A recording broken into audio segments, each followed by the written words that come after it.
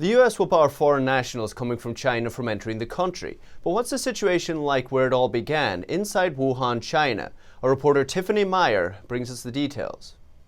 And the latest on the coronavirus outbreak. So far, no deaths have been reported outside of China, even though the coronavirus has been confirmed in 23 countries outside of China. New measures to try and prevent the spread of the coronavirus overseas include more airlines stopping flights. Countries are increasingly closing borders to China, the latest being Singapore and Mongolia.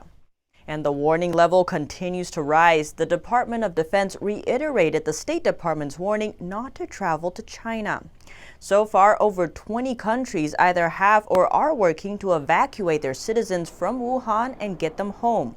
On Friday, the first plane bringing UK citizens and some European citizens arrived back in the UK. The problem is, one British man told local media his Chinese wife wasn't allowed to leave Wuhan. This Tuesday, UK Foreign Secretary Dominic Raab raised the issue to the Chinese regime, which insisted it won't allow people with Chinese citizenship to leave.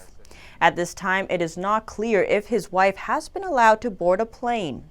While countries are trying to pull their citizens from Wuhan, China is planning to fly its overseas citizens back to the virus-stricken Hubei province. People are reacting to the news on social media. One compares it to firefighters rescuing people from a burning building only to have the people put back in. Another responded, "It's enough to scare one to death." And yet another one calls out the regime, saying, shouldn't the Ministry of Foreign Affairs ask all countries to extend travelers' visas from Wuhan? While someone else points out the irony that while a Chinese passport might not allow you to go anywhere in the world, it will take you home from anywhere in the world. China has already pulled its citizens from Thailand and Malaysia today, people who are traveling there for vacation.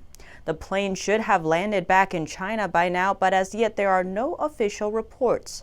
Thailand has since said it will send its own plane to Wuhan to bring back its own citizens tomorrow. And now back to ground zero. In Wuhan, hospital staff lacking proper supplies are desperately making masks for themselves out of what looks like Ziploc bags and plastic twine.